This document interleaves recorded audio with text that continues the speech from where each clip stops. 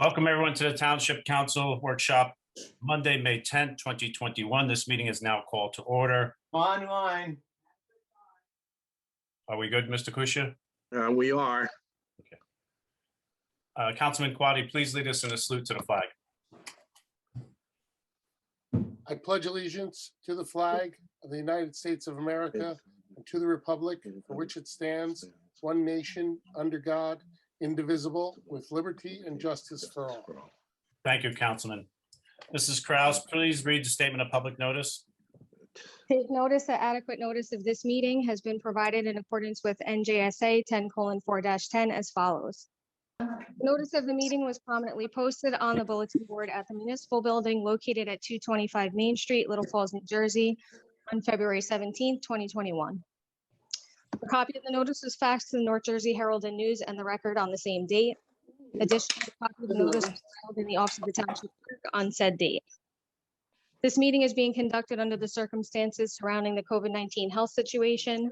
No public will be allowed to attend the meeting in person. A link and a phone number to join the meeting can be accessed on the township website at www.lfnj.com. Electronic provision has been established for the public to participate during the public comment portion of the meeting. Thank you, Mrs. Kraus. At this time, please call the roll. Councilmember Hablitz, Present. Councilmember Kawadi, Present. Councilmember Sieber, Present. Councilmember Vanchery, Present. Council President Scoba. Present. At this time, the mayor will have some proclamations and recognitions he'd like to bring forth. Mayor Damiano. Thank you, Council President. This evening, we have a couple of proclamations that we would like to read in honor of several awarenesses this month, in the month of May. And the first one is our Foster Care Awareness Month proclamation, which I will read into the record right.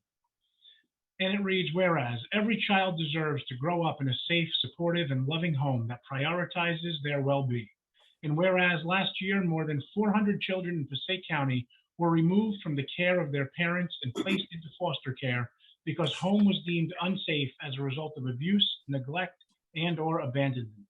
And whereas children in foster care experience continuous trauma, loneliness, and a lack of consistency due to frequent moves from home to home. And whereas protecting children and ensuring their well-being are community responsibilities affecting both the current and future quality of life of a community. And whereas our community can support children in foster care by volunteering as a court-appointed special advocate, donating to support a child, and becoming a foster parent, which will all help to ensure child safety and well-being. And whereas for the last 14 years, Passaic County CASA for Children has provided court-appointed volunteer advocates to children throughout Passaic County, including Little Falls, who have been removed from home due to abuse and/or neglect.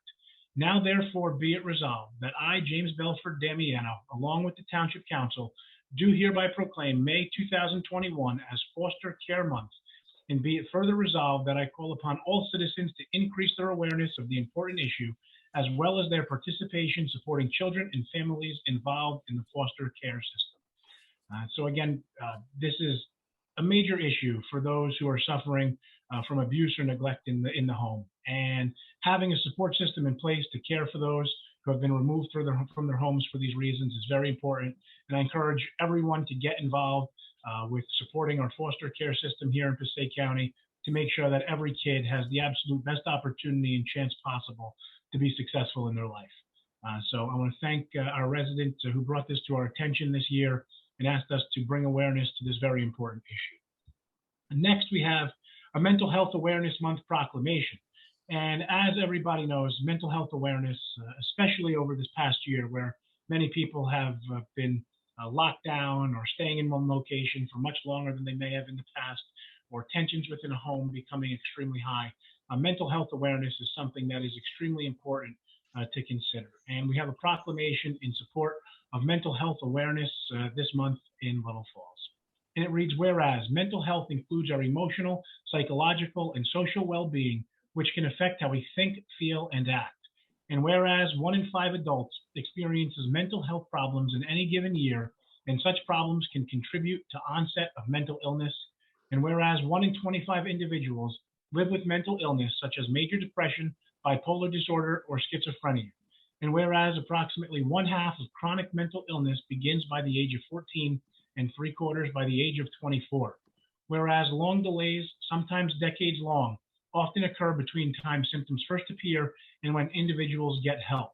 And whereas early identification and treatment can make a profound difference in successful management of mental illness and recovery. And whereas it is important to maintain mental health and learn the symptoms of mental illness to get help when it is needed. And whereas every citizen and community can make a difference in helping end the silence and stigma that for too long has surrounded mental illness and discouraged people from getting help. And whereas public education and civic activities can encourage mental health and help improve the lives of individuals and families affected by mental illness. Now, therefore, be it resolved, I, James Belford Damiano, Mayor of the Township of Little Falls, along with the Township Council, do hereby proclaim the month of May 2021 as Mental Health Awareness Month in the Township of Little Falls to increase public understanding of the importance of mental health and to promote identification and treatment of mental illness. Again, this is a very serious issue, and statistically, as you've heard, 1 in 5 adults experience mental health problems in any given year. Put yourself in an environment where you're surrounded by 30 people, and statistically, 6 of those individuals in that room will suffer from mental health issues. We need to break the stigma that's associated with seeking help, with getting help, with seeking therapy, talking to therapists. It is important for everyone to have a clean conscience, a clean mental health. And I encourage everyone to break the stigma associated with that. And if you see someone that you believe might need help, be a friend, reach out, see if you can help. And again, if you need help, please get the help that you may need. Counselors and therapists are not able to break the trust that they have with you. And I encourage everyone to get any help that they may need associated with their mental health. The last awareness proclamation that we have this month in Little Falls is Lyme Disease Awareness Proclamation. And I see that Michelle has joined us here this evening. And after I read the proclamation, I'm going to ask her to say a few words because Michelle can speak to her battle with Lyme disease over the past number of years. But first, for the proclamation associated with Lyme disease. Whereas May is time to help bring awareness to Lyme disease and tick-borne disease. Whereas Lyme disease is a bacterial infection brought on mostly by an infected deer tick with symptoms that may include headache, fatigue, skin rashes, and fevers. Whereas the Centers for Disease Control and Prevention estimates that 476,000 people are diagnosed with the disease in the U.S. each year. Now, therefore, be it resolved that I, Mayor James Belford Damiano, along with the Township Council, do hereby proclaim May 2021 as Lyme Disease Awareness Month in the Township of Little Falls. And with that said, rather than me speak to Lyme disease, having never suffered from it myself, I'm going to ask Michelle to say a few words about Lyme disease and share her experience with us. Thank you very much, Town Council, for this opportunity. Lyme disease is one of the most misdiagnosed diseases anywhere in the world. It is very difficult to diagnose. I personally went 7 months undiagnosed. I did have a tick bite, and you always hear how people say, oh, look for the bullseye, look for the bullseye. That never happened, and it is a myth that if you don't have a bullseye, you do not have Lyme disease. Over the course of the 7 months of being undiagnosed, fatigue, I was functioning sometimes on 1 hour of sleep for 4 or 5 days before my body would shut down. Migraine that went on for over 3 months. I lost the use and ability to use my right hand completely. Had no use, couldn't pick up, couldn't feel anything. The symptoms went on to where I was feeling oxygen deprived and couldn't breathe, chest pains. Just recently, I suffered another setback where everybody thought I had a heart attack. And the problem is with Lyme disease, doctors treat the individual symptoms, and it takes a very tuned person to pick up on the fact that you do in fact have Lyme disease. This Saturday, May 15th, I will be hosting a Lyme education awareness event at the Fred Astaire of Upper Montclair Dance Studio in Cedar Grove. And it's from 4 to 6 p.m., a free educational event. I'm encouraging anybody to come. If you yourself are a Lyme warrior, I would like you to come and speak strictly on your own. You don't have to. No forcing anybody. We are accepting donations for Lyme warriors. For every $500 we raise, Lyme Warriors, which is an actual organization, will be donating $500 to a needy family to help defray the cost of treatment. I spend $151 a month on medication. None of it is covered by my medical insurance. So the burden of having Lyme disease is one of mystery, confusion, and absolutely hits the pocket. So thank you so much for bringing this to everybody's attention, and just know I will be available on Saturday.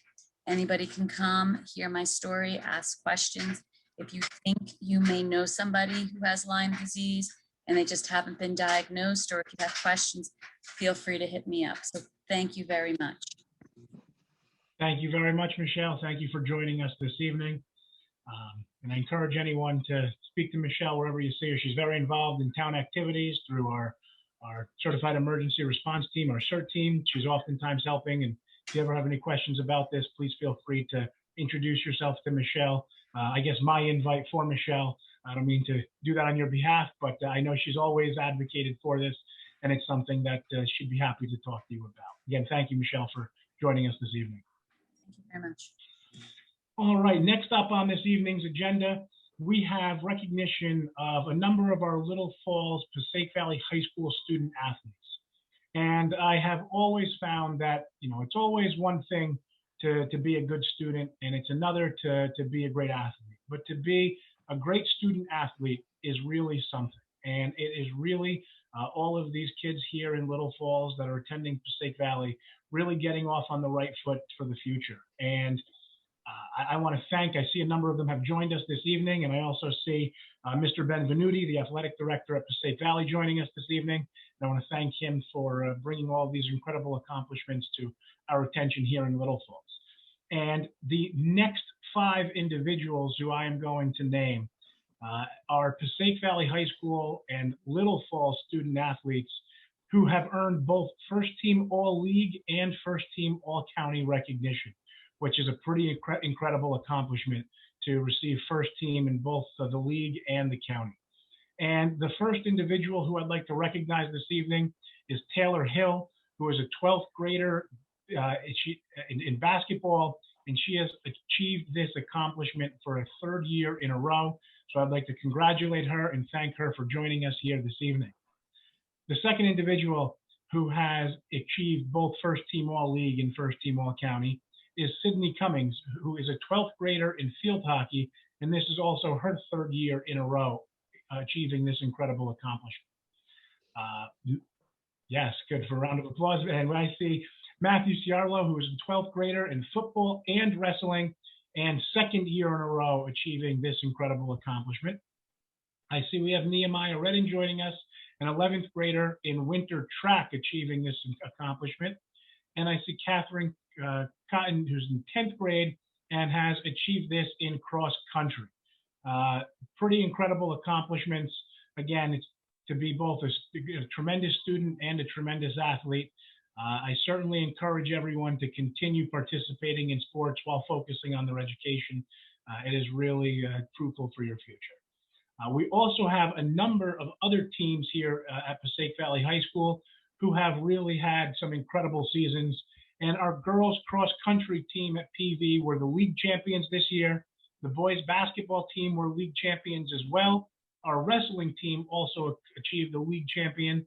And our winter track achieved the league and county champions. I would like to thank PV for always being such an intricate part here for us here in Little Falls. And I'd like to end this little small portion of our council meeting by saying, go Hornets. Always something I've supported here in Little Falls. And I want to thank all of our athletes for joining us this evening and for being recognized. Thank you all for joining us tonight. Mayor, just want to add, if you notice, Taylor's wearing her uniform, and right before this meeting started, the softball team had another big win beating PCTI. When you live right around the block, you heard all the screaming. So they had another great night, and they start the counties tomorrow. And I'm sure her mom, who's also the head coach, Kathy Hill, is in the background somewhere. They're on a great run, and hopefully they can capture the title this year as well. There she is. Outstanding. Good luck with the rest of the season with the counties this year. Mayor, would you like to open up the floor to Chief? I'm sorry, not Chief, Coach Benvenuti, the athletic director? I'm sorry. Yes, absolutely. Mr. Benvenuti? Thank you. Thank you very much. I really appreciate Mayor Damiano and the town council here in Little Falls inviting us on and recognizing our tremendous student athletes here. As you mentioned, it's really a vital part of our high school, of our township, and a really big part of their future, as sports can teach them so much. One thing about all of these students that were honored here tonight, I can unequivocally say, and I know every one of their teammates would say the same thing, besides their athletic prowess on the fields or the court, they are also the best teammates and leaders of their team, which I think says even more about them and their character and the way they were raised by their parents. These are kids that anybody would want to root for and cheer for. They hold themselves to a very high standard athletically and morally. Kids of great character, and really they're the type of kids that just make Passaic Valley proud. And as the athletic director, I'm excited to be on here tonight, and seeing them recognized is exactly what it's all about. I know they're learning every day that they're a part of their sports, and they'll take that with them and these great memories with them. But I congratulate them. We are super proud of them always. And as much as they've won on the field and done great things in athletics, I'm even more proud to see how they carry themselves in our community as leaders and in our building as leaders as well. So great job by all of our student athletes, and thank you again, Mayor Damiano and Town Council. Thank you. Thank you, Coach. At this time, can I have a motion to open to the public for all matters? So moved. Moved by Council Member Hadley, second by Council Member Kawadi. All those in favor of opening to the public for all matters, please signify by saying aye. Aye. All those opposed to that motion signify by saying nay. The motion carries. Mrs. Kraus, can you please read the statement? Members of the public who desire to provide comment shall raise their virtual hand in the Zoom application. The meeting moderator will cue the members of the public that wish to provide comment, and the council president will recognize them in order. Members of the public who have joined the meeting by calling in must press *6 to mute and unmute themselves and *9 to raise their hand. Members of the public who have joined the meeting via the Zoom application must click the reactions icon and then raised hand icon.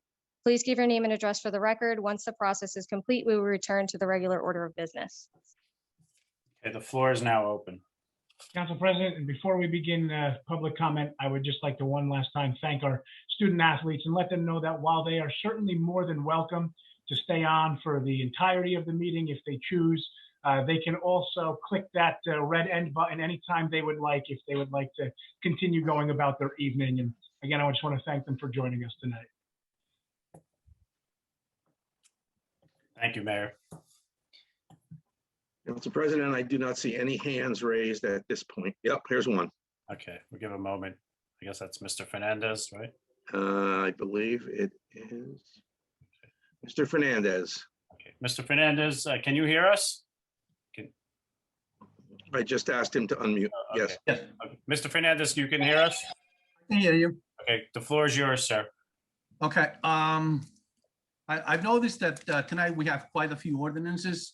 Yes. If the mayor will be so kind and go just briefly over each and every one of them, especially there was a couple of them that I had a little bit of trouble understanding, like number 1406, the redevelopment plan, and also 1412, where basically we're asking for over $1 million to for Duva Field. But if you can go briefly over each and every one of them. Also, I've noticed that if you add all of them, the amount of money that we're asking and we're spending, actually, the Township of Little Falls is spending on these ordinances is over $4 million, which is more, it will basically around 25% of the yearly budget. So please, Mayor, can you go and explain briefly just the from 1406 to 1412. Mr. Fernandez, and the mayor will do that, but he was also going to do that on another portion of this meeting. But now that you raised the question, so Mayor, why don't you entertain the questions by Mr. Fernandez at this time? Sure thing, Council President. I will run through the list here, and I'm just going to bring them up front and center on my screen. The first ordinance this evening, well, 1404, as we discussed, is the Memorial Tree Program. That was discussed at length last meeting. I know you didn't ask for that one again now, but this is a second reading, and this again came as a result of a number of individuals asking for permission to plant trees in memory of loved ones here in town, and that is the result of the Memorial Tree Program here in town, which is 1404. With respect to 1406, this is the downtown redevelopment area. This is the area declared an area in need of redevelopment that was done, I believe it was in, it may have even been January or February of 2019. This is more than 2 years ago at this point that the study was done down in our downtown of Little Falls. This was done before the council. There were presentations before the planning board regarding the area in need of redevelopment. And we designated a good portion of Patterson Ave, Main Street, and some of the surrounding areas there as areas in need of redevelopment in an effort to enhance our downtown and revitalize our downtown and the streetscape in that area. This is simply the ordinance that would adopt the redevelopment plan, which was before the planning board. Don't quote me, it might have been about April or May of 2019 initially for initial review. It then, again, there were a number of revisions that have been made since that time, incorporating a number of the planning board's recommendations at that time. And that is the redevelopment plan that is brought before this council this evening for introduction to make it an official plan, again, with the second reading on June 14th of this year. As far as ordinance 1407, this is, so let me backtrack a little bit. A number of the other ordinances that we will be, that the council is being asked to introduce this evening are ordinances associated with the annual budget. And these are capital expenses that are much like, again, as we do on an every year basis, following the introduction of the budget, the council approves a number of projects that are occurring in town. Sometimes it's the purchase of a dump truck or a garbage truck or a fire truck or something of the sort.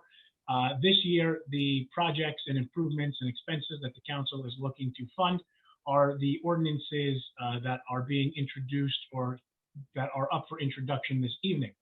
1407 has to do with various public improvements and acquisition of additional replacement equipment of machinery, new communication and signal systems equipment, new information technology equipment, new automotive vehicle, including original apparatus and equipment. And the sum of this is $640,000. This is, again, all of sort of the regular operation that we do on a year-to-year basis. It's a number of things for our DPW. It's a number of things for the township. And that is the request in 1407. As far as 1408, this one is the bond ordinance undertaking the 2021 road improvement program in Little Falls. And each year since I have been elected, and even the year or two prior to me taking office, the town has put somewhere in the tune of $650,000 to $700,000 per year towards road resurfacing in Little Falls. This has been something that was unfortunately not funded for a number of years prior to me taking office, and we are now playing a little bit of catch up in doing this. But what we are doing a little bit different than had been done in the past year in Little Falls is as we make road improvements and we resurface roadways here in Little Falls, we are also spending money improving the sewer system and infrastructure that is under that particular roadway to make sure that 6 months from after we pave it, we're not digging up that roadway to fix a sewer problem. Of course, to the extent that we can be aware of them, we are fixing them ahead of time. We are also replacing manhole covers with ones that are now sealed. That is a major issue that we've had here in time with our inflow and infiltration. Our sewer system at the time of rainstorms, sometimes the capacity will quintuple, and oftentimes at least quadruple, sometimes quintuple. And it's because of the inflow and infiltration from the stormwater infiltrating our sewer system. And of course, we're looking to cut back and prohibit and prevent that from happening, because we pay for all of the wastewater that makes its way into the sewer system versus our stormwater system, which is obviously flowing to our waterways and not actually costing the town to dispose of. So that is, again, something that we've done every single year. Last year, unfortunately, especially with the unknown budget year, and we ran into a bit of a snafu. We had an emergency at the end of the year. Some of you may remember Route 23 was shut down for a good period of time between sort of the Wayne border and First Street or Second Street, around that area here in Little Falls. And there was a major sewer issue in that particular area. And we opted to repair those sewer lines, which are our responsibility as a township, before the state came in and paved Route 23 and made it look nice, because we didn't want to have to double the cost of that project by replacing the sewers and then having to repave that roadway. So that was something that we unfortunately had to put on hold last year, but we attempt every year to allocate about $675,000 towards road resurfacing here in Little Falls. There's a number of roadways that are provided by the DPW superintendent for my and the council's review. Oftentimes they hit the nail on the head because they are very familiar with the roadways that need to be repaired here in Little Falls. This year there is one, it's not even an exception, there's one additional roadway being paved, and it is a result of PSE&G tearing up that roadway. And many of you will recall PSE&G came down Patterson Ave to Maple, across Main, around Wilmore, and all the way up Second Ave, all the way into the border there. That Second Ave will be also resurfaced this year, but we do have a substantial amount of money that is attributable to PSE&G doing their half of the roadway. Fortunately, it ends up being, they're paying for a little bit more than half of the total cost to repave all of Second Ave as well this year. So that is an addition to the 675 because we received some additional funding from that. As far as ordinance 1408, now I'm sorry, I just did 1408, 1409. This is $600,000 being allocated for, let me see here, improvements of Hemlock Road. Hemlock Road is, well, for those that don't know where Hemlock Road is, I'll backtrack a little bit. Hemlock Road is the roadway in the township that as you approach the top of Long Hill Road and look to the left, there is essentially a dirt road to the left that makes its way over to Overlook Ave and that section of town.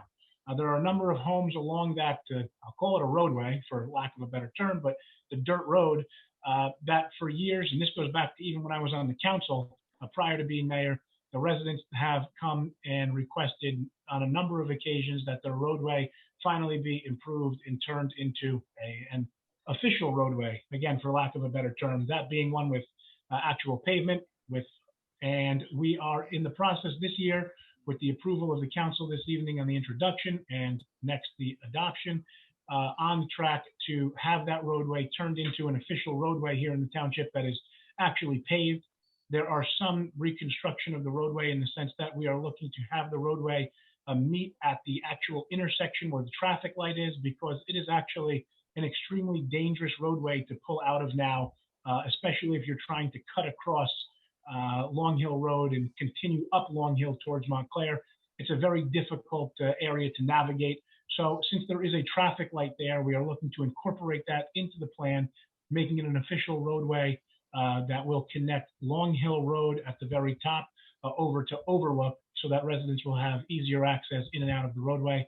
I can say that this is a roadway that our DPW has to tend to usually about a half dozen times a year because the potholes on the roadway become so deep that the DPW is asked to go there almost every other month, more so in the winter, especially when they're plowing and there's all of the weather. They're asked to fill the potholes with some QP, some rock and stone and things like that a number of times throughout the year. And we are looking to address that and provide the individuals on that roadway with a real roadway, as well as provide easier access to the residents on the other side of Hemlock Road to that section of town. As far as 1410, this is an ordinance to authorize the undertaking of a streetscape improvement at Main Street phases 4 and 6 in the amount of $1 million. This one, and you are correct in including this figure in the total amount of costs that the township will be paying. However, this is a number that is offset by a grant from the state of New Jersey. There were two separate grants that the township received, and I don't recall off the top of my head what 4 and 6 were reimbursed at. Mr. Cuccia, do you recall 540,000, man. for both sections in total? Yes. So the township received a substantial grant to offset the total costs of this project here in town. So that is something, again, that will not just be a total cost to the taxpayers here in Little Falls. And this is part of the streetscape that the township has been discussing now for a number of years, actually just prior to me being elected mayor here in town. It has been something that I've always supported. I think it will really beautify our downtown and really bring the curb appeal back to the township. Next is ordinance 1411. This is the ordinance for the installation of. Is a message that came to the disciple John, a pastor. Sorry, Mayor. No problem. This is the ordinance for the installation of a traffic control signal at the intersection of Francisco Ave, Cedar Grove Road, and not listed on here, but included in it will be Wilmore Road. It is a 5-way intersection, and it is our most concerning intersection in the township. There are certainly a number of accidents here every single year, and when there are accidents, they are oftentimes fairly substantial. This has been an intersection where police resources and ambulance resources are deployed often, and it is something that I think can easily be addressed by the installation of a traffic light. I will say, as a general rule of thumb, I am typically opposed to traffic lights being installed. I oftentimes think they create traffic. However, this is not about allowing the flow of traffic or helping move traffic through an intersection. This is really a safety issue in town, and this is addressing a matter of what could be someone's life or death in the future. So this is a project that has been discussed for a number of years. A number of people have, I frequently receive emails about this intersection and accidents occurring there. So it is something that I think is frankly long overdue, and I am happy to see a traffic light being installed there. Unfortunately, this project is a little bit more expensive than a regular 4-way intersection where lights are being installed, because there is that 5th intersection to address. And of course, for some reason, projects become exponentially more expensive when wires need to be run over a waterway, the Peckman River, which is the case here as well. So that is ordinance 1411. And ordinance 1412, this is the bond ordinance for various improvements at Duva Field. And although it reads at Duva Field, it's somewhat misleading in the actual title of the ordinance. This includes the floor inside the rec center.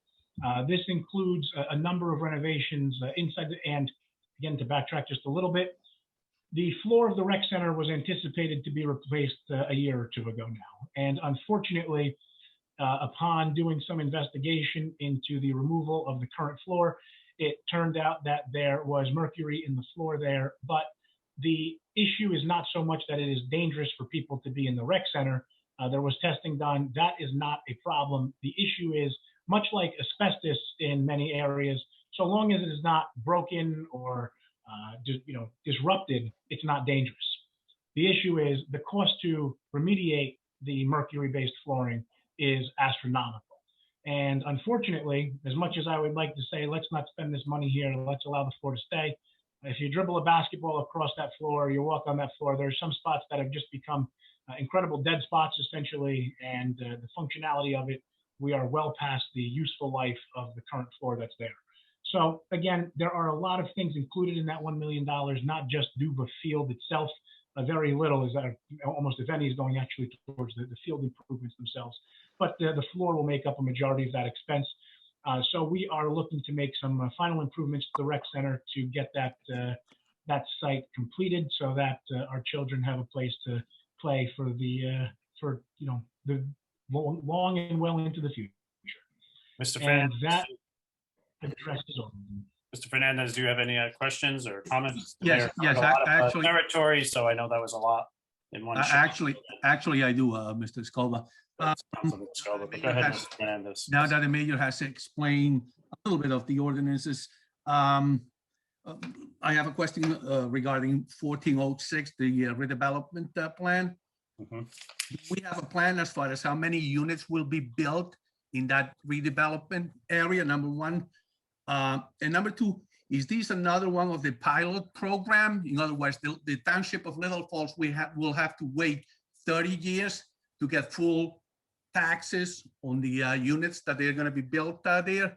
That's regarding 1406. Regarding 1412, where, and I was going over the ordinances, that ordinance in particular, and it says, and I quote, and this is the $1,075,000 improvement to the synthetic turf. But let me remind you, this turf was put in, what, 6 months ago? So what improvement can be done to a synthetic turf that was installed 6 months ago? If there's any improvement, shouldn't that be under guarantee if it's broken or defected or whatever? Those were my questions. Okay. I'll take the first one and the mayor will take the second. Okay. Mr. Fernandez, at the current time, the council's approving the redevelopment plan. We're not approving a pilot on this plan. That could possibly be in the future, may or may not be. As far as the amount of developments, Mr. Conklin is on our Zoom call this evening. He is our planner, and he will be doing a slide presentation on this redevelopment plan and going over the particulars. So I will. When, tonight? Yes, tonight, sir. So you'll be able to see the plan and hear about the plan in its entirety. And So I don't will want he to. mention? Yeah, no. Will he mention the number of units? Yeah, he will talk about the plan and what's going on. Absolutely. Okay. So he's here, and I don't want to, get into that at No, this I point, because understand. we have a presentation coming up for that. I Mayor, understand. would you like to address the secondary issue? Why money's being spent on the turf? Go ahead, Mayor. Absolutely. So some of the improvements that are included in this have to do with the field itself. And while we have paid for the field, we have some of this cost is going to be utilized to pay the engineer's bill associated with that project in particular. But again, that is only a small portion of the total amount of the field. There is no actual improvement being made to the turf. There is no cost associated with replacing, repairing, or anything associated with the actual turf itself. That's not what he says, though. That's not what the ordinance says. But that's just because this is the way, unfortunately, I would agree with you here. And this is something that Council President and a number of the council members have addressed in the past. Unfortunately, the wording of the ordinances is, it limits what can be, I guess the wording of them doesn't make it very clear what is actually happening. And that's why I'm happy to discuss it now. So while it says improvements to the turf, there's no actual synthetic turf improvement that is being made as a result of this. But included in it is the replacement of the flooring in the rec center, resurfacing of the parking lots is also included in that, which is also a substantial expense there as well. So it is those things as a combination. Again, none of this is actually for the turf itself. Mr. Fernandez, are there any other questions or comments? No, not from that. I do have quite a few questions, but I don't want to be the only one asking questions. So I'm gonna. I can wait. They can wait. Believe me, they're not that important, and they can wait until the next meeting. Okay. Well, we do appreciate your time as usual, joining us and asking your questions. And thank you for joining us this evening. And stay tuned. Mr. Conklin will be coming up pretty soon to give the redevelopment his slide presentation. Mr. Kuchar, are there any other residents that would like to speak? No other hands raised, Council President. At this time, can I have a motion to close for public matters? So moved. Moved by Council Member Hablett, second by Council Member Seaver. All those in favor of closing to public matters signify by saying aye. Aye. Aye. Those opposed to that motion signify by saying nay. Mayor, you have a few items. If you want to go back over all the items you just did, you're welcome to.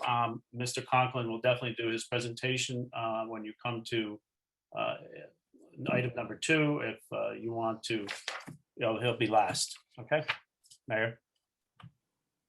Sorry, trying to find the unmute button. It's been a common theme of the past year. All right, the very first is the resolution authorizing the Municipal Alliance Program funding. Again, this is an annual approval here for the Municipal Alliance. Our Municipal Alliance, for those that don't know what they do, they act to promote a drug-free atmosphere to our youth in the township. They also help promote, the mental health and stigmas associated with that, and again, mental health awareness. So this is the resolution authorizing the Municipal Alliance program funding. Item number 2 is the ordinance number 1406, which, as you indicated, I will not belabor. We have Mr. Conklin, our planner, on this evening. And again, this has been discussed previously, so we'll allow him to address those. And I guess I just accomplished item number 3, the introduction of the bond ordinances this evening.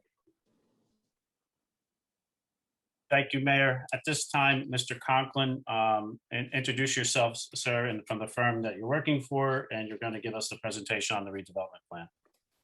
Sure. Can everyone hear me? Yes. I'm Ryan Conklin. I'm a senior project planner with H2M. I'm here to give you a quick presentation overview of this introduced redevelopment plan ordinance for adoption.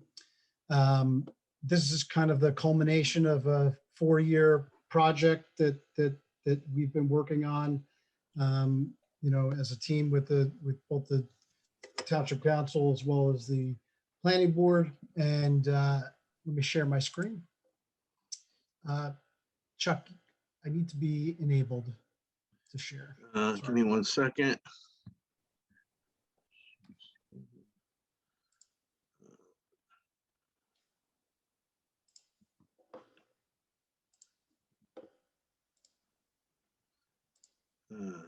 Yeah.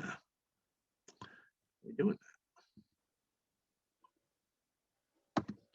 You should be able to now. Thank you, sir. There you Can go. everyone see my screen?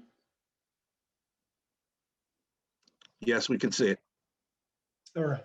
So as I mentioned before, this is kind of a 4-year project. This area was determined to be an area of need back actually in 2017. The Planning Board had originally put together this plan back in 2019. There's been multiple minor amendments, I would call them, and now everyone seems to be satisfied, and we're moving forward to recommend this for ultimately adoption. So this is the introduction. So a little bit about the process. It's been the Planning Board. The council has looked at it. Governing body will now basically move this ordinance for adoption, resolution for adoption, and then it goes to Planning Board for consistency review. And once it comes back from the Planning Board for consistency review, you'll then adopt the ordinance or not adopt it. After that, the township can move forward, and the Township Council, who's the redevelopment entity, can move forward with actually designating a redeveloper. And then once a developer is designated, then the designated redeveloper can then move forward with a site plan application to the Planning Board. So in terms of phases, we're kind of in phase 2, and that's the part that you would ultimately adopt the plan. Phase 3 is where you move forward with the actual development and potentially assign a redeveloper, and then move forward with an actual site plan to the planning. So just briefly, and the mayor touched on it earlier, in general, this is the area that was determined to be an area of need, and the plan is for this entire area. So generally Patterson Avenue down to Main Street over to Maple, and then on both the west and east side of Maple Street are the areas of redevelopment. So the plan met all the NJSA requirements. Redevelopment is governed by redevelopment housing law, and that's 48-12A-3. It requires a number of things, including these 6 items. So planning goals, objectives, description of the analysis, relocation assistance, identification, property acquisition could be happen. It's not really applicable for this plan since it's a non-condemnation area. The plan's relationship to other development regulations in the municipality, and then a consistency with the master plan. And then procedures for amending the plan. So Jeff Janota, your planner for a number of years, really outlined this vision for the redevelopment and the area, the downtown area. And he developed this program of visioning. So looking to kind of activate, preserve, regulate, encourage, and then revitalize and then improve. And I think that this aligns perfectly with the goals and objectives in the master plan. And that's ultimately what the plan is looking to do. So from an outline standpoint, the plan has a vision. It shows you the existing conditions, and then the land use development regulations are in there for each one of the zones and sub-districts that have been identified. And then there's a consistency review and a plan implementation. So the redevelopment plan area is broken up into 4 sub-districts, each with their own individual standards. Sub-district A, if I go back, so we have A is kind of along the Morris, along the river here, the Morris Canal area. It's the parking lot behind Main Street there. There's this sliver of land, which is the sub-district B, directly adjacent to Patterson Avenue on the west side of Patterson Avenue. And then on the east side between Main Street, Maple, Patterson Avenue is sub-district D. And then you have sub-district C, and then sub-district D is kind of along the frontage of Maple Avenue within the redevelopment area. Each one of these sub-districts has different uses that we've characterized here in this matrix. So sub-district A is slated to kind of primarily stay the same. So public facilities, parks, open space, pedestrian walkways. Sub-district B will have a multitude of mix of uses, including bars and restaurants as permitted uses, mixed use buildings, multifamily dwellings, but also parks and open space and things like microbreweries. Sub-district C maintains that same use format. And then we've got sub-district D, which is a little less kind of intense right outside the core, more on Maple Street, focused more on residential uses and parks and open space. So again, sub-district A is here. It's the Morris Canal area. We have, let me show my laser pointer. Sub-district A is right in here. It is blue. And then we have sub-district B, which is right along Patterson Avenue. It's the main portion of the center of the redevelopment area.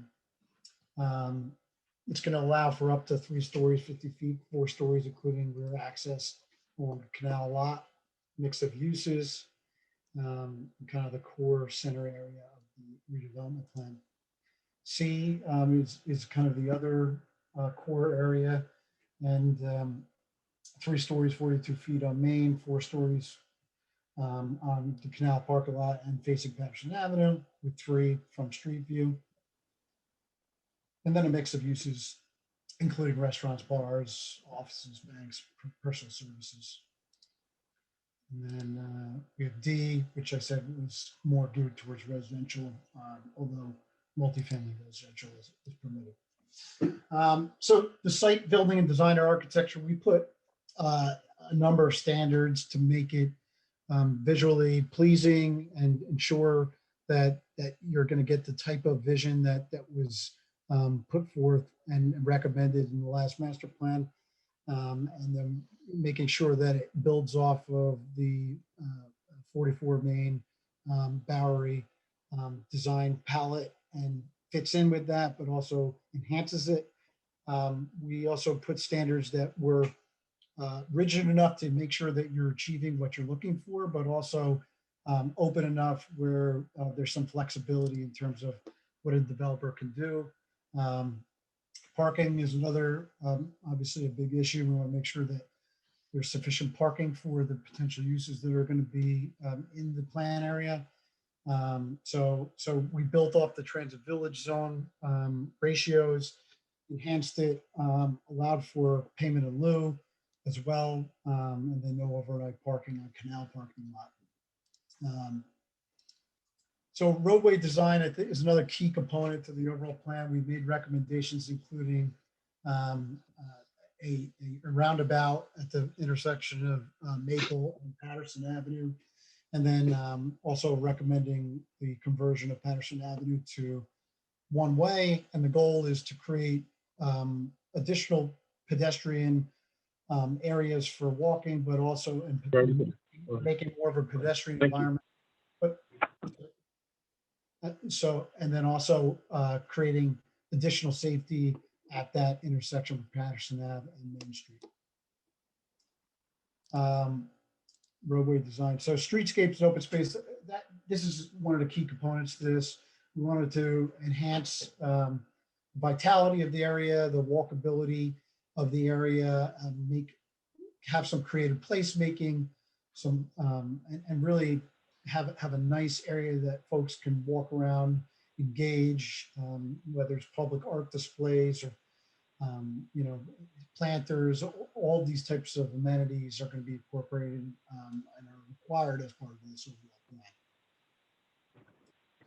So signs and wayfinding, a unified kind of sign wayfinding palette was described in the plan as well.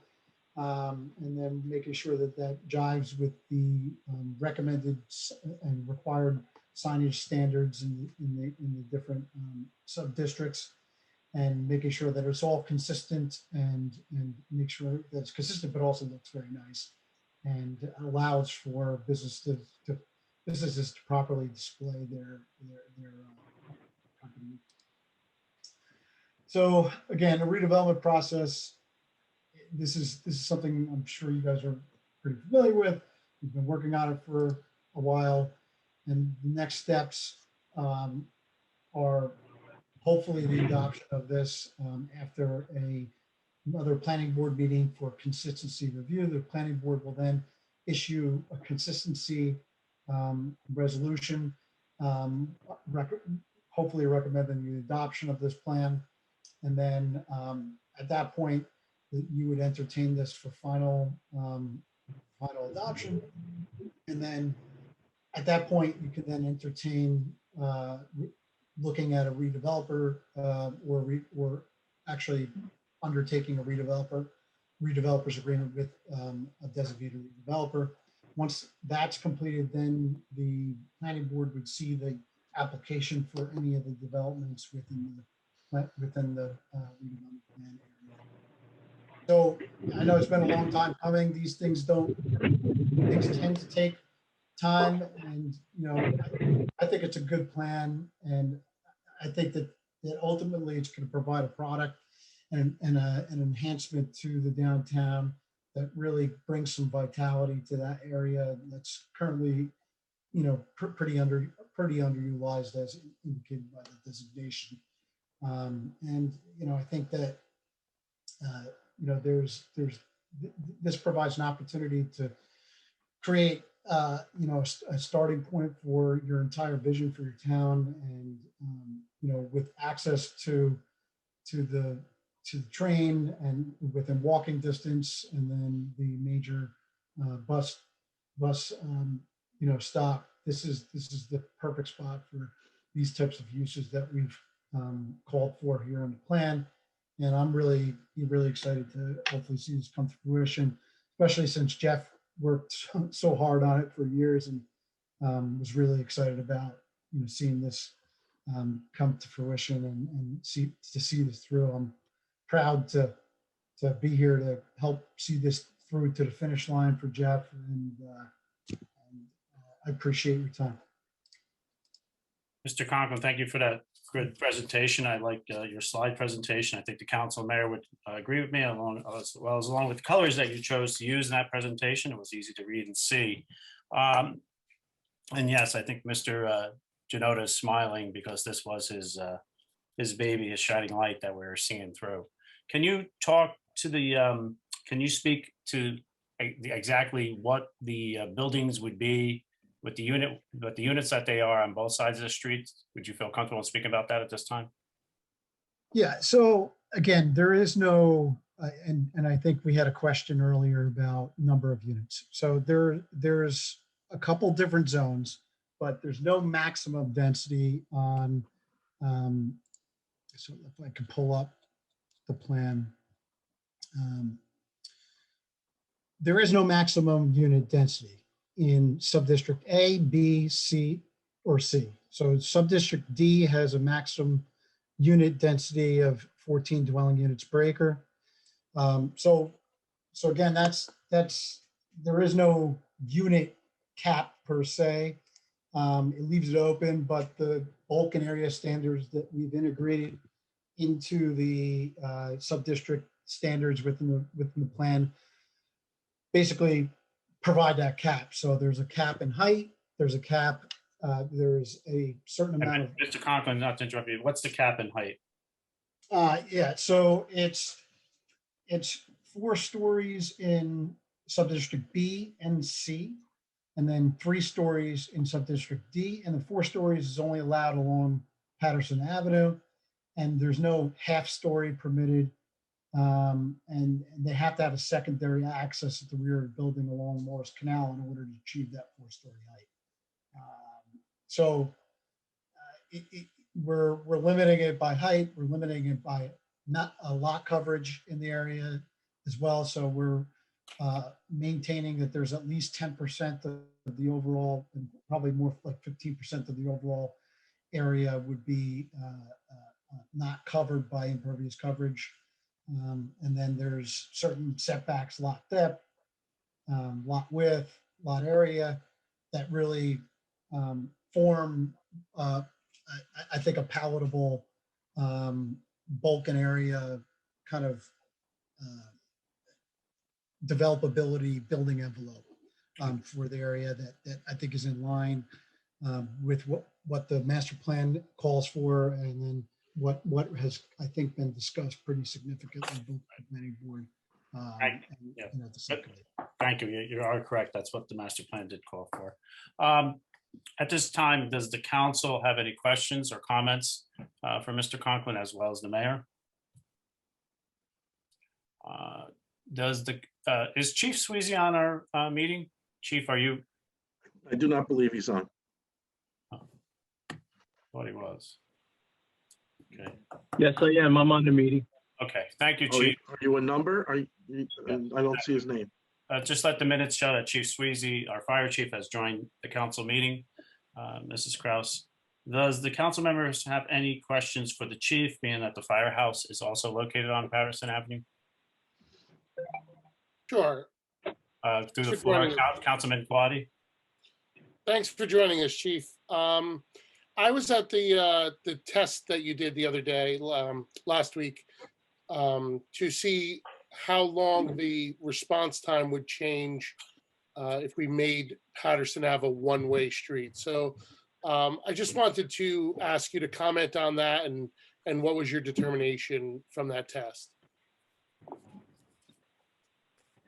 Well, we conducted the test on May the 3rd on Monday afternoon, approximately 1500 hours, 3 o'clock, with a fire apparatus making a left turn. As you know what the times are, left turn to Maple Street and Patterson Ave. It took approximately 22 seconds. We backed into the firehouse and did a second run, making a right turn onto Patterson Avenue, up to Main Street, making a left, down to Maple Street, then making a left turn onto Maple to Patterson Avenue to the future potential roundabout. The response time to that roundabout, approximately 54 seconds. And is that an acceptable response time? I would feel comfortable saying that is a good response time. I know in preparing the correspondence that I put together for the council, the mayor, and our business administrator, there was one item that we can discuss in the future, and that I just had a question as to that left turn coming off of Patterson Avenue for the future, left turn onto Main Street going east. With that road width being so wide, and I understand that we're going to be losing the island in the middle. Is there any, I'm just putting it out there after reviewing my letter and what I did some measuring over the weekend. Is there any possible way that we could create a fire lane in the middle from the firehouse up to where the island would be? So if there is anybody making a left turn or anyone making a right turn, you're not holding that apparatus up? Just some consideration. If we could look into that, I think that would be helpful for that apparatus responding from there. So from the fire zone on the right side of that firehouse facing east, if we were able to put a fire lane on the in the middle of that going towards Main Street, that may help somewhat of the time. But I am comfortable with the time that we have. And again, everyone knows building construction today, everything is sprinklered, and a good example was Stevens Avenue, the walk at Stevens Ave. So I'm comfortable with the time of 54 seconds. Thank you, Chief. Thanks, Chief, and thanks for conducting the test. I'm sorry? I said thank you for conducting the test. Oh, no problem. Anytime, whatever anybody needs. Does the council members or mayor have any other questions for the fire chief or Mr. Conklin? Mr. Conklin, note the fire chief's recommendation. We could take a look at that going forward if that's could be attainable to take a look at that measure of putting in a fire lane. Will do. We're going to move on. Have a motion to approve the resolution A and B. So moved. Moved by Council Member Hablitz, second. Hey, Council President, Yes. just a quick question, because I see Mr. Fernandez's hand signal there. Is he we're- allowed to at this point? Because this way he has that clarification. We have another, let's see here.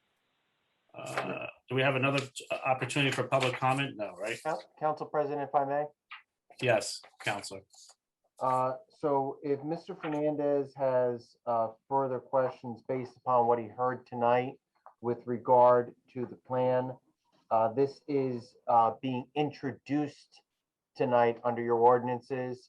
There will be a second reading and a public hearing on the ordinance at the next meeting of June 14th, 2021. And obviously, Mr. Fernandez can also ask questions at the next meeting, public comment if he needs to. But that's, if he has further questions on the redevelopment plan or issues to bring up with regard to it, the appropriate time to do that would be during the second reading, which includes a public hearing on that ordinance. And the date is June 14th, 2021.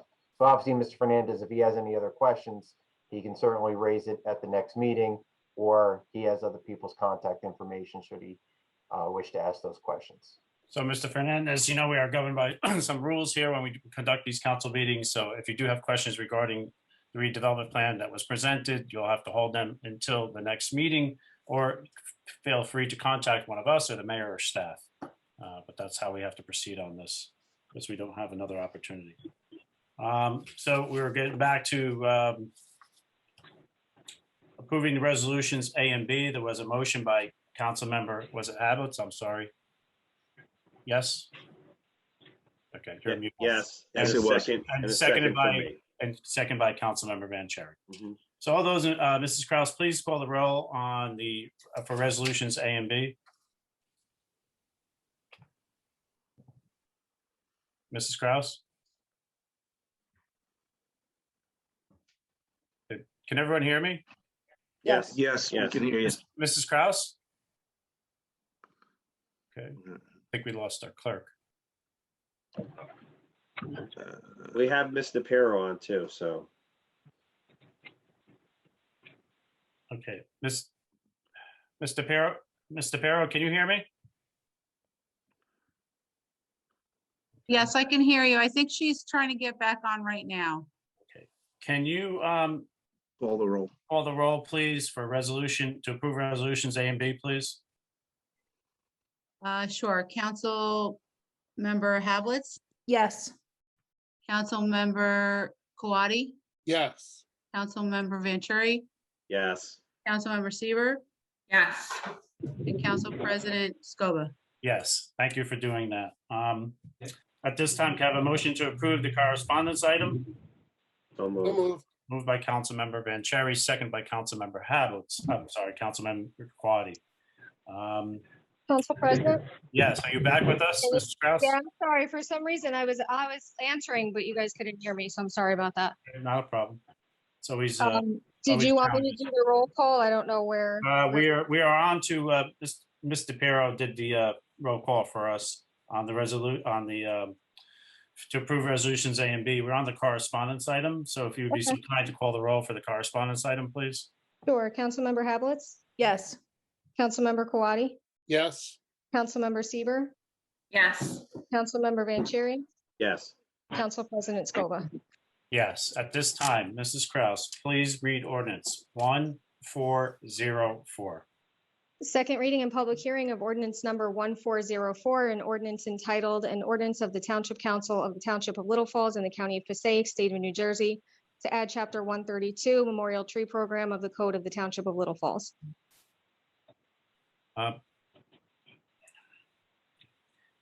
Thank you. Can I have a motion to open to the public on 1404? So moved. So moved. I have a second. Motion was made by Councilmember Vanchery, second by Council Member Hablitz. All those in favor open to the public on 1404, signify by saying aye. Aye. Aye. Aye. Thank you. So Councilor Wenzel, why couldn't we have Mr. Fernandez talk about 1404 at this time? I'm not sure that Mr. Fernandez wanted to talk about 1404. Okay. If he certainly wants to talk about the Memorial Tree Program, he can certainly do that.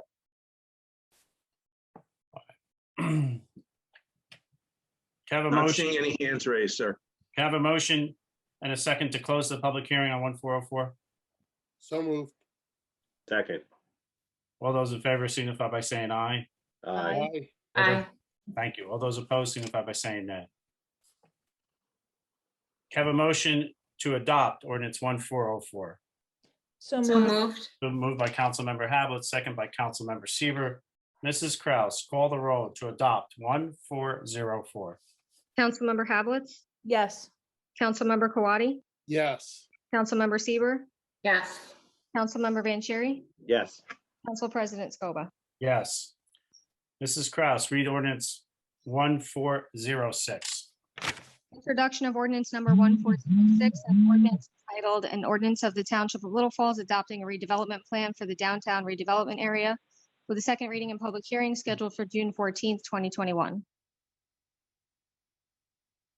Have a motion to introduce ordinance 1406. So moved. Moved by Second. Councilmember Hablitz, second by Councilmember Seaver. Mrs. Kraus, call the roll to introduce 1406. Councilmember Hablitz, Yes. Councilmember Kawadi, Yes. Councilmember Seaver, Yes. Councilmember Vanchery, Yes. Council President Scoba. Yes. Mrs. Kraus, please read ordinance 1407.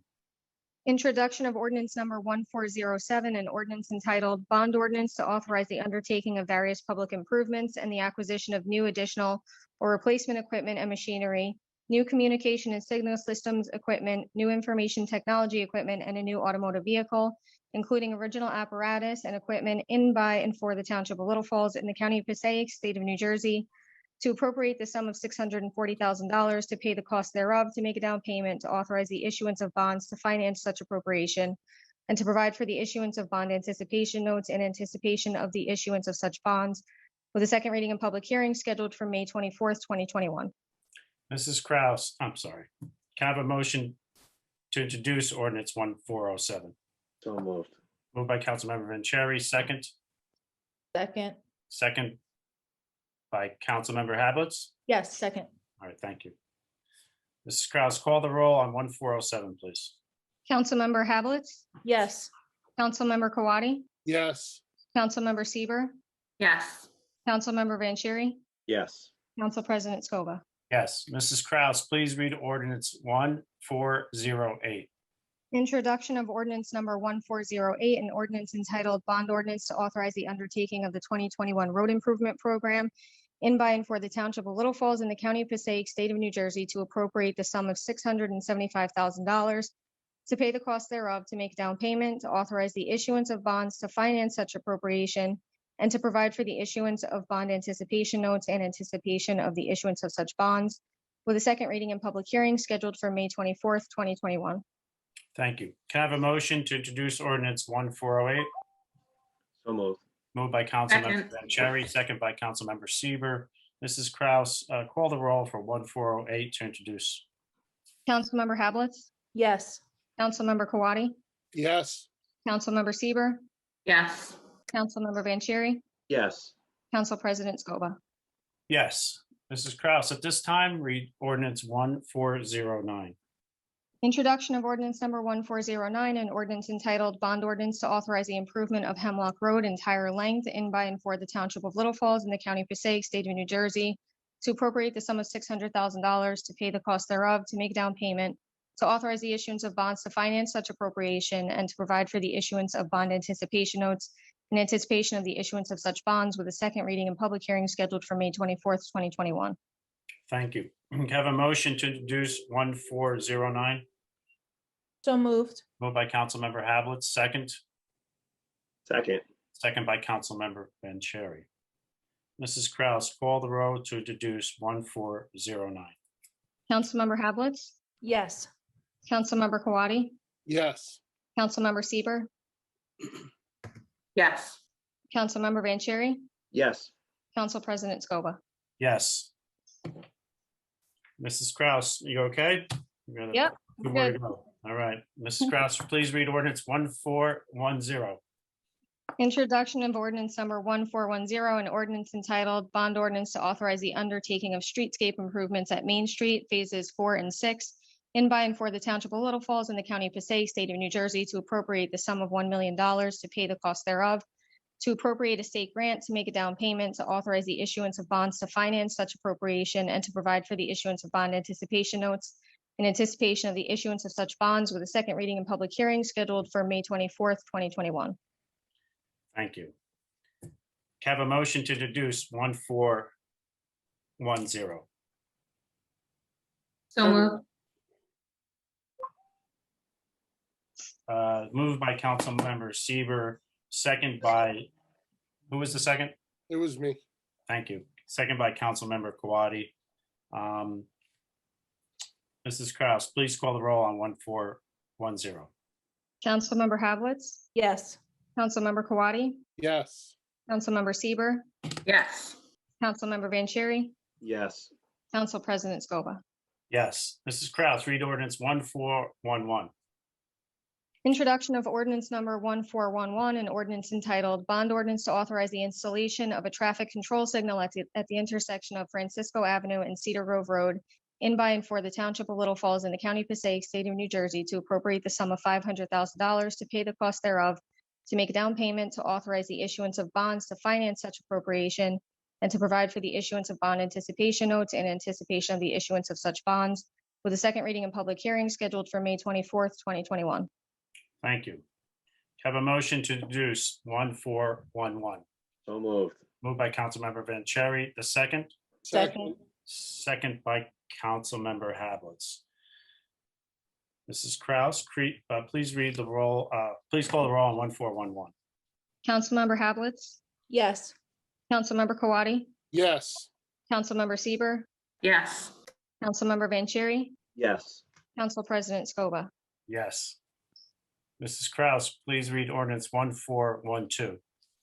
Introduction of ordinance number 1412, an ordinance entitled Bond Ordinance to Authorize the Undertaking of Various Improvements at Duba Field in by and for the Township of Little Falls in the County of Passaic, State of New Jersey, to appropriate the sum of $1,075,000 to pay the cost thereof, to appropriate Township Open Space Trust account funds, to make a down payment, to authorize the issuance of bonds to finance such appropriation, and to provide for the issuance of bond anticipation notes in anticipation of the issuance of such bonds, with a second reading and public hearing scheduled for May 24th, 2021. Thank you. Have a motion to introduce ordinance 1412. moved, Thank you. Moved by Councilmember Kawadi, second. Second. Second by Councilmember Seaver. Mrs. Kraus, please call the roll to introduce 1412. Councilmember Havelitz, Yes. Councilmember Kawadi, Yes. Councilmember Seaver, Yes. Councilmember Vanchery, Yes. Council President Scoba. Yes. Councilmember Kawadi, why don't you lead us off with council reports? Thank you, Council President. Want to report that I met with the Domestic Violence Prevention Committee. They are ready to be back in full swing, showing up at different township events, making themselves available to raise awareness on the issue of domestic violence, and to remind people that if there is someone that they know who may be in need of assistance, that they should reach out and get them help. And also, in case there is an individual who needs information, we try to provide that to them as well. So please look for them around town in the upcoming months. Out there handing out information and attending the events. The Little Falls Business Association is planning a Little Falls Week in July. I believe it'll kick off on July 12th, and details about what the events will be that week will follow. I know they're hoping to move their block party, which in the past has happened early in June, to that week. And there's going to be some other events as well. And then on another note, I just want to talk for a moment about the Boy Scouts. My son is 11 years old. He's a member of Boy Scout Troop 14. And the group is run by some parents, Alan Stone, Charissa Stone, Joe Janduso, Anthony Moreno. There's a lot of parents involved, but this is the core group that's been running the Boy Scouts. And a lot of their sons are starting to age out. Some of them already have. And some of these members have continued to take this on and just pass the experience down to other kids. And my son, being one of the younger ones, is benefiting greatly from that. And so I just want to sort of recognize and commend them for what they've been doing, particularly Anthony Moreno, who I don't believe lives in the state anymore and still comes back on Wednesday nights to run the meetings for the troop. And so it's really, it's sort of moving that, we go to the Boy Scouts when we need things, when we need someone to present flags. The LFEF recently has gone to them to build cornhole boards for their upcoming fundraiser. They've done a lot for the town. And this weekend there was a pancake breakfast, and the town came out to support them. The entire council was there, and I appreciate all of your support for the group. But also a group of firefighters came, a group of police officers came, and later on in the breakfast, a group of our EMS members came, Mr. Pace came. And so it was nice to see all these different other groups around town come out and support the Boy Scouts. And it's just sort of got me thinking about our community and how, there doesn't have to be a tragedy for the community to come together. We come together all the time. And this was a perfect example. It was a small example. There are other groups in town that do a lot as well. The Girl Scouts do a lot, the ABC. There's plenty of other groups that people are involved in. We mentioned the Municipal Alliance earlier. There are members of the CERT team here, and I want to thank them for their support with all the groups. And I'm watching this community. I've been here for a long time now, and I've been in this area my entire life. And I'm watching this community grow closer and closer together. And the more we can get people out of their houses and the more we can bring them together, the farmers market is a great example of this. It's just a way to get people out of their homes. Being in Little Falls should be more than just having a Little Falls address. And I'm seeing that more and more. It makes me feel good to be a part of it. I hope everybody else is a part of it. And as we come out of COVID, I just hope to see this trend continue. And that's it for me. Thank you. Thank you for that well said report. Yes, before the meeting began, I was enjoying a certificate I won at that event. Some pizzas, I think I won. It was really good up until Councilman Vanchery called me and interrupted my dinner there a little bit, but it was definitely a good pizza. I don't know which one it was from, Pasquale's or someone in town, but very good event. I enjoyed that quite a lot. The pancakes were delicious. They did a great job. Yes, they did. Moving on, council member habits. The floor is yours. Thank you, Council President. I'd like to report that this Saturday, the Friends of the Library will be holding a clothing drive. It is their first fundraiser of the year. They really are a huge help to adding some additional funds to the library. So it will be on May 14th. That is from 10 to 3. It will be held in the old police station parking lot. They're taking clothing, shoes, household items, accessories. So if you're doing some spring cleaning, it's really the time to not only spring clean, but give some donations to a really good cause. They just ask that everything be tied in garbage bags. There'll be someone there to assist you getting things in and out of your car. So it'll really be great for the community to come together and help a great cause and fundraising for the library. I also wanted to let everyone know that the library will have their virtual library board meeting on Thursday at 7 p.m. You can go to the library website and link up with the Zoom meeting link in order to join the meeting. There's always new things going on at the library, and so it's good to take part in their meetings. Lastly, as Councilman Kawadi said, we have very involved Girl Scouts and Boy Scouts in this town. We are very lucky. On the 30th of April, which was Arbor Day, the Girl Scouts, the multiple troops of Girl Scouts in this town offered to plant trees in some of our FEMA lots. So they planted 2 trees. It was really nice to see all of the Girl Scouts of all ages come together, from the Daisies, which is the smallest troops, the Cadets, which are the older groups. They were all helping each other, helping dig the hole, helping plant the tree. It was really very nice. Their help with beautifying our community. And I'd also like to thank Ronnie Campbell and the DPW, because they are always there to help us. They did help actually dig the hole. The Girl Scouts just, threw the dirt around a little bit. And then they actually came and filled the hole for the trees, and they will maintain the 2 trees on the property. So a huge shout out and thank you to them, because they are just great. They are there whenever we need them, and we are very fortunate to have them. That's all I have to report for tonight. Thank you. Yes, we do have a lot of great community groups in our town that support this community. Councilmember Sieber. Thank you, Council President. So again, thank you so much to our resident Michelle for being on the call today and talking about Lyme Disease Awareness Month. Many people don't know, but my mother actually suffers from Lyme disease. She was diagnosed several years ago and is still suffering with degenerative effects from the disease. So I think Lyme disease needs to be recognized and also just be educated. It is caused by a bacterium that's transmitted to humans through a bite from an infected tick. Typically, we call them deer ticks. But there's so many other symptoms, especially in today's day and age with COVID and things like that. You might have some symptoms and not really know what they are, but they can be things like fevers and chills, headache, fatigue, joint aches, swollen lymph nodes. So, and then to Michelle's point earlier, typically we always think that when you're infected by a tick, you get that red rash, that bullseye.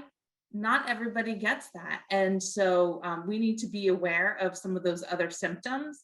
And as we're entering the season where many of us are spending a lot more time outside, it's important that we're aware of these symptoms and understand also about the prevention of Lyme disease.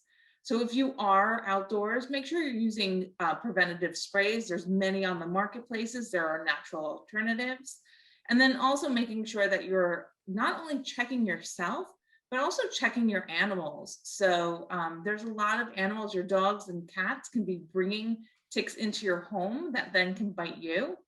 So again, I urge everybody to educate themselves to help prevent. And unfortunately, also, if you are infected, treat it timely. So thank you again to Michelle who joined the call today. Again, support any juncture. Again, she's participating this Saturday at the Fred Astaire dance studio in Montclair. So I hope to see you there, Michelle. So moving on to open space update. So again, thank you to Mr. Conklin from H2M. with that presentation about the redevelopment plan. So the nice thing to know about that redevelopment plan, that's one area, but with the Little Falls Open Space Committee, we are currently working with Passaic County and their department, and we are trying to continue to beautify our town. We are trying to work with a program with them called Engaging Through the Arts along the Morris Canal Greenway.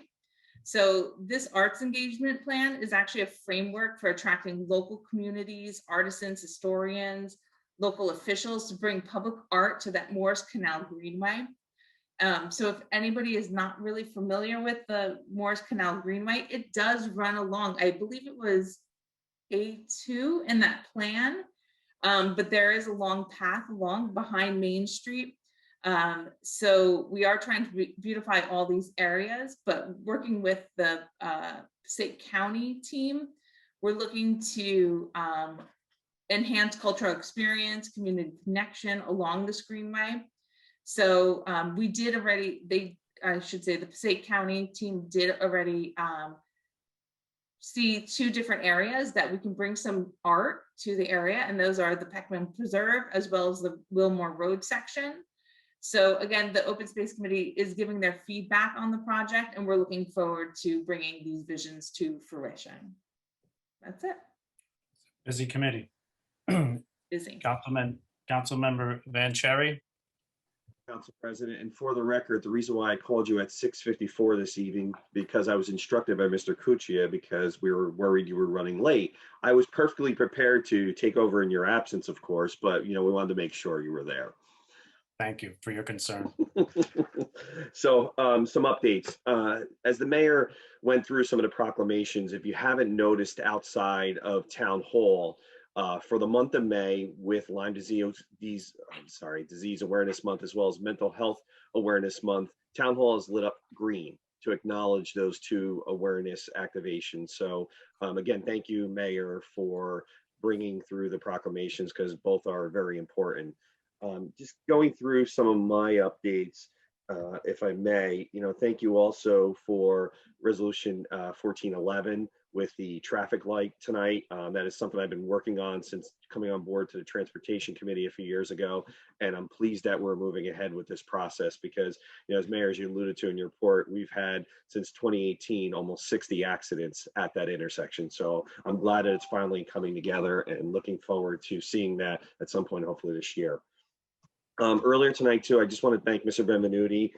He was gracious enough to give us 5 wonderful student athletes from Sake Valley High School, just to have a moment to recognize them. And if you don't know all 5 of them, believe me, they are very active in the community.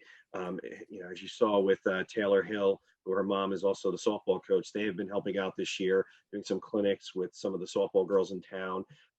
Matt Carlo has also helped out with some various sports. And if you didn't know about Catherine Cotton, while she does run cross country, she's won a couple records this year. She also on Sundays is with me coaching some of our Little Falls residents for track and field. So there's 5 wonderful student athletes right there. So it was nice to see them being honored. In terms of next, I'm just looking at my notes. Sorry. I wanted to talk about a couple other things as well. From a Transportation Committee standpoint, we're meeting this week to catch up on a couple things. I know the committee is excited about tonight with the traffic light on the agenda.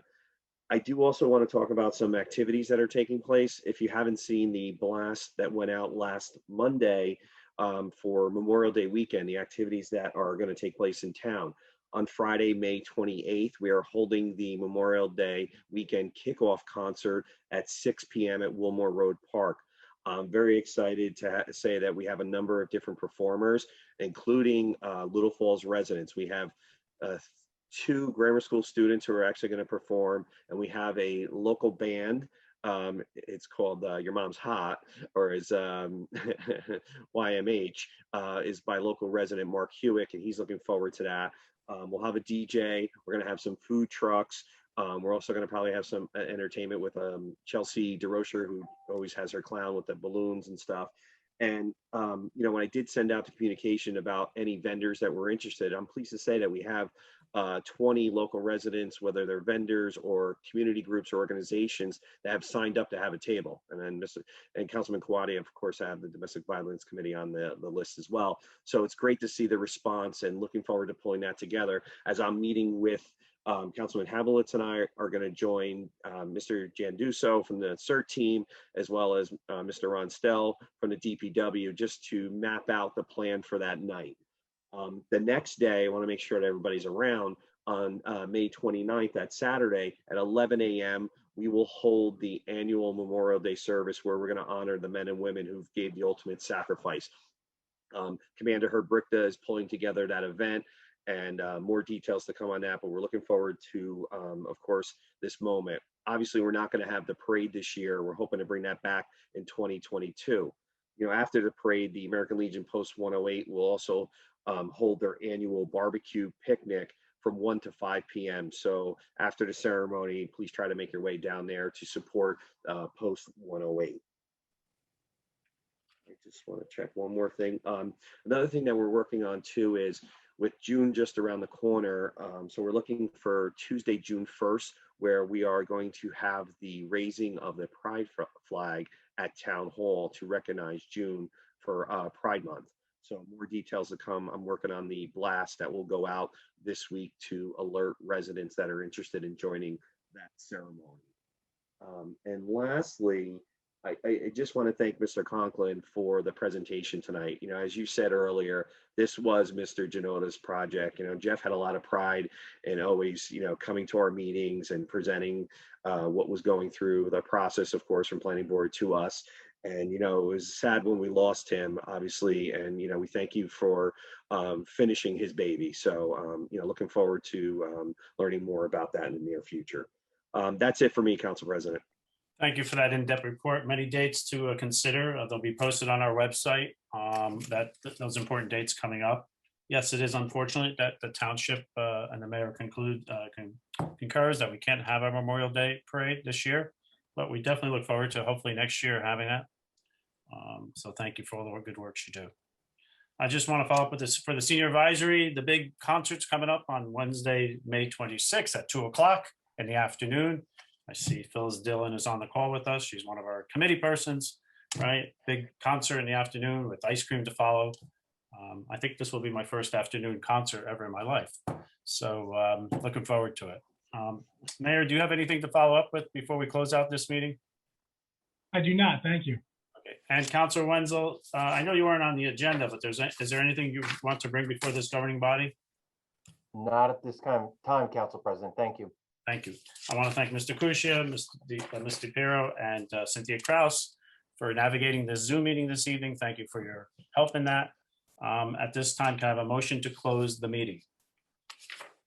So moved. So moved. Moved by Councilmember Vanchery, second by Councilmember Sieber. All those in favor of closing this meeting signify by saying aye. Aye. All those opposed signify by saying nay. Mrs. Kraus, note the minutes. This meeting is now closed. Thank you.